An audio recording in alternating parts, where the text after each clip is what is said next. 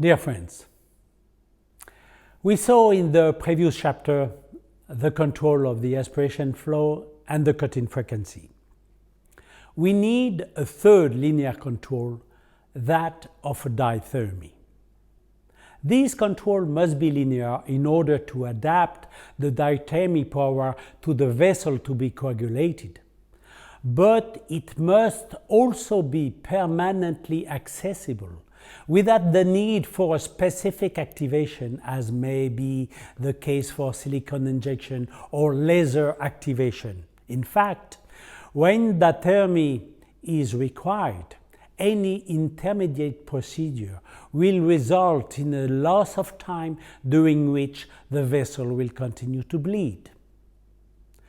20 years ago, I was working with the corneal open, which has a foot pedal where a movement on the left side activated a linear control of the diathermy combined with the control of the aspiration flow. Thanks to a diathermy suction cannula, it could, by positioning myself just in contact with the vessel, suck out the bleeding and at the same time increase the diathermy power just necessary to clamp the vessel. You can imagine the considerable time saving that this brings in proliferative diabetic retinopathy. We will see how to control all these parameters when we talk about the pedal.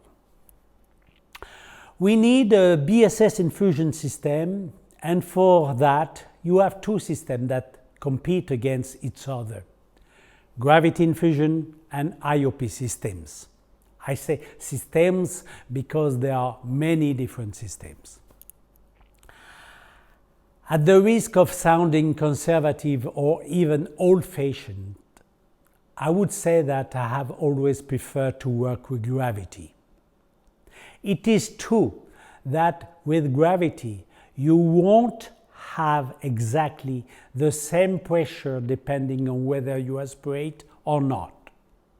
On this example, where the infusion dropper is placed 60 centimeters above the patient's eye, the pressure sensor indicates 46 without aspiration and goes down to 34 when you aspirate at 13 cc per minute. But this is not very serious. You can see that in flow control, if you lower the handpiece port into the hornet, the depression will go up to minus 600 millimeters of mercury without any changing in the intraocular pressure. There will never be a pressure shock, as you can see especially with a venturi pump during a rupture of occlusion. The big advantage that I see with gravity is its simplicity. Firstly, because it never breaks down, but also because the operator fully understands what is happening and if there is a problem can remediate. He will understand quite naturally that in order for the eye to be hypotonic when he takes out his handpiece to avoid vitreous incursion, all he has to do is to pinch the infusion tubing once again before taking out the instrument and then lift the foot off the pedal. Because, of course, I forgot, the on-off control of the infusion must be done on the pedal, like in phaco, even if we can imagine having a continuous infusion control for some special cases. I always been shocked by operators who during operation had a machine problem that they could not solve because they did not understand what was going on. The only solution was to plug everything, with the consequence of hypotonia that this implies.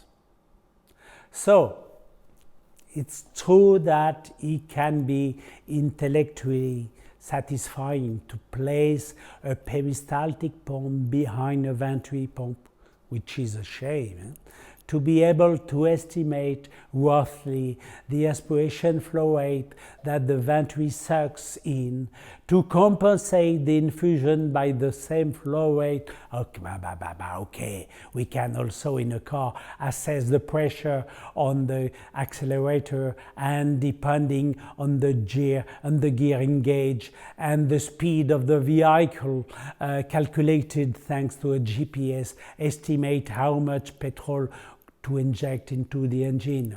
Okay, but you will also need to reserve a place at the garage every other week to repair faults. No, the only simple and I think smart way to ensure very precise constant eye pressure is to place a pressure sensor inside the eye. For example, at the infusion trocar. This is quite feasible. And this sensor can then efficiently and without risk of accident control an active infusion, just as a Doppler sensor connected to the aspiration line could control a venturi to work in flow control. But if I had to operate again today, I would work without the IOP system as they are offered today for safety reasons. I will not give specification for injection and extraction system of silicone because I've never had sufficient use of them to give advice. I won't say much about lighting systems since I have already talked about them in a previous chapter. But for those who use endocular lighting, having a low toxicity light is definitely an advantage. It is also true that being able to control a laser with the same foot pedal, even if for safety reasons a double activation is necessary, would avoid having to twist to access different pedal and would be useful to preserve the surgeon's statics and back. The same is true for cryoprobe, as we should not neglect cryo, which the IVRS RD study has shown to be superior to laser in many cases, even if a vitrectomy is performed. In this case, it is not mandatory that the laser and cryo be developed by the machine manufacturers. One can very well imagine that the machine is an assembly of independent modules that can be changed or repaired independently of each other, but joined together at the level of the foot pedal controls. And this brings us to talk about the foot pedal. This pedal is crucial because it will allow us to achieve our specifications, this is to say, to exert a linear, precise, and simultaneous control of the fundamental functions. A linear control, we know it. It's like the gas pedal of a car. In a car, if there was only one gear ranging from 1 to 200 kilometers per hour, we would definitely not be able to control the speed between 10 and 12 kilometers per hour. The foot cannot have this degree of precision. It is the same for the flow rate. If you need a flow rate from 0 to 12 for the whole operation, the pedal travel and the precision of your foot will not allow you to control between 0.3 and 0.5. That is why you need to set up different programs. For example, a central program for 0 to 12 where we won't need great precision, and the peripheral program from 0 to 5 where you will have the pedal travel to choose the desired low flow rate. For the cutting frequency, it's a little more complicated because you may need a low frequency of 1 cut per 2 seconds or 1 cut per second, or a frequency of 20 cuts per second. This is to say 1,200 cuts per minute at each moment of the procedure.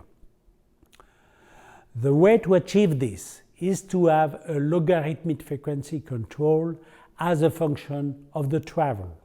Indeed, while it is useful to control between cuts per 2 seconds to cuts per second, it is not useful to control between 19 and to 19.5 cuts per second.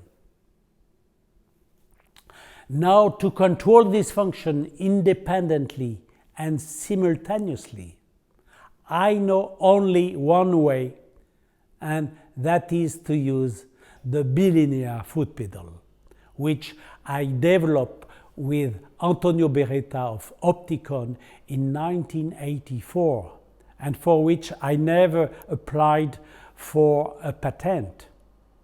This concept was taken up by all the European manufacturers and by Bausch & Lomb, well, Storch at the time, but not by Alcon, who was afraid of coming into a conflict with Bausch & Lomb, wrongly, since it had existed since 1984.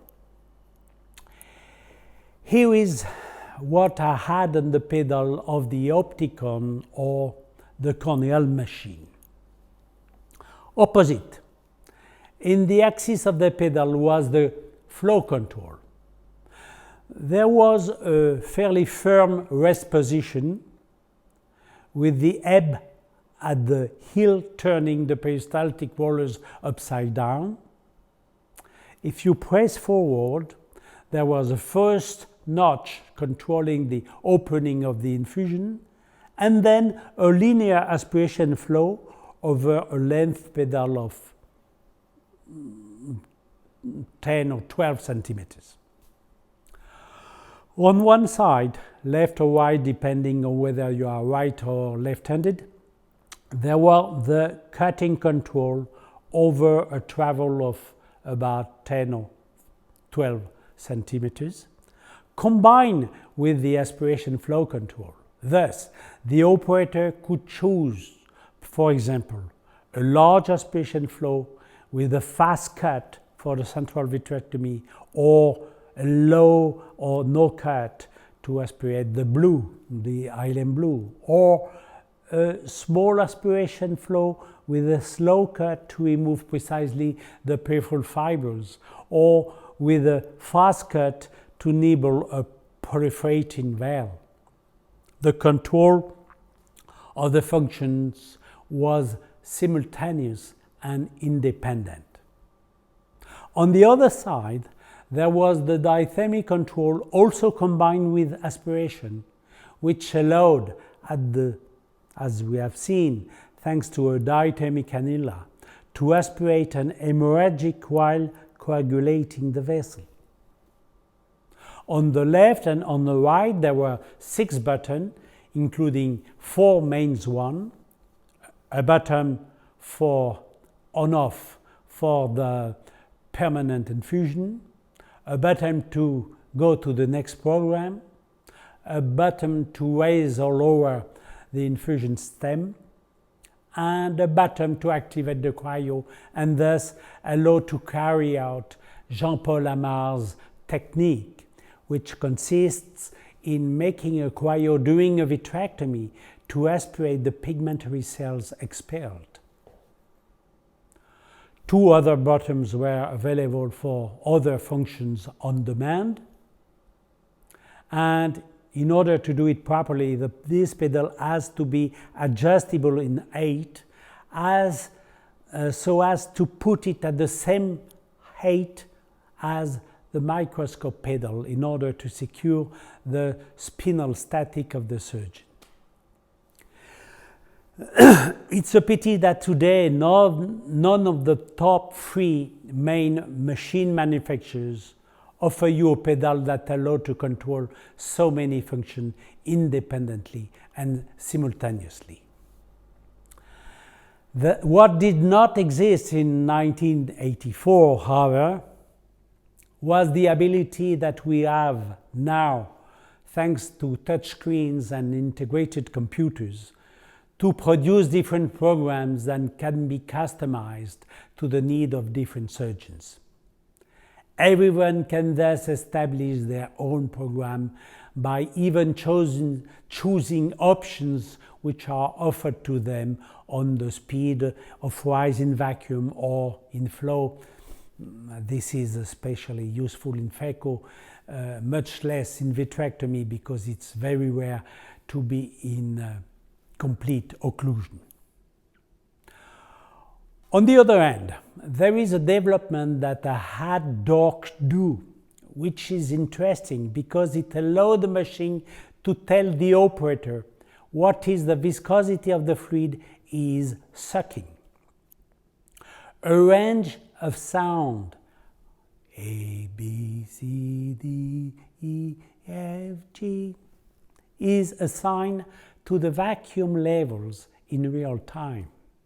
Thus, for the same flow rate, which you know since it depends on the position of your foot on the pedal, the vacuum required to obtain this flow rate will not be the same depending on whether you are in vitreous or in BSS, and the sound being connected to the vacuum level you will hear depending on the note if you have passed from the vitreous into the BSS. You can therefore immediately know, for example, if you want to do a peeling, if there is any hyaloid left or if there is no more hyaloid.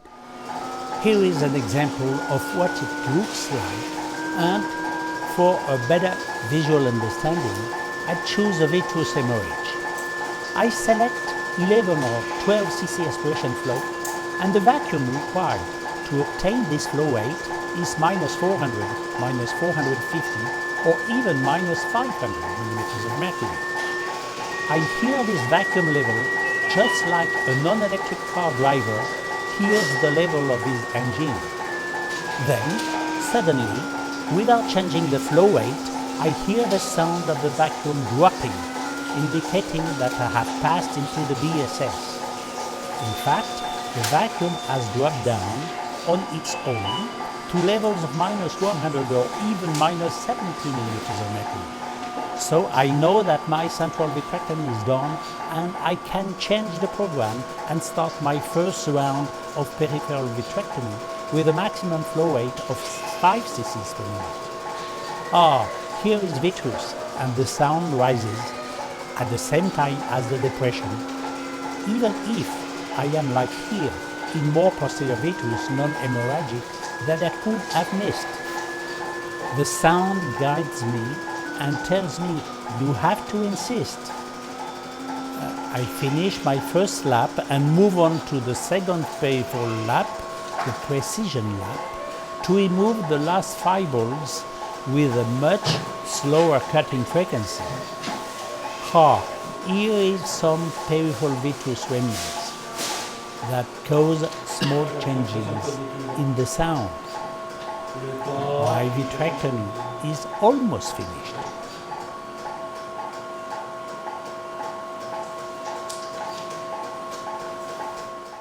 Okay, here was the specification I wanted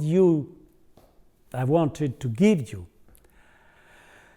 As you can see, nothing very complicated, so you can note the specifics that you find interesting and check with manufacturers who propose these specifics. It's up to you, my friends. In the next chapter, we'll talk about the parameters to be used at each moment of the vitrectomy. See you soon.